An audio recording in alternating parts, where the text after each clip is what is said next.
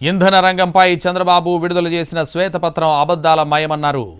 మాజీ మంత్రి కాకాణి గోవర్ధన్ రెడ్డి చంద్రబాబును వల్లే డిస్కంలో ఆర్థిక సంక్షోభంలో కూరుకుపోయాయని ఆరోపించారు. ఆయన గతంలో రైతులకు సంబంధించి సబ్సిడీ బకాయిలు కూడా చంద్రబాబు చెల్లించలేదని, జగన్ అధికారంలోకి వచ్చిన తర్వాత వాటిని చెల్లించారని గుర్తు చేశారు కాకాణి.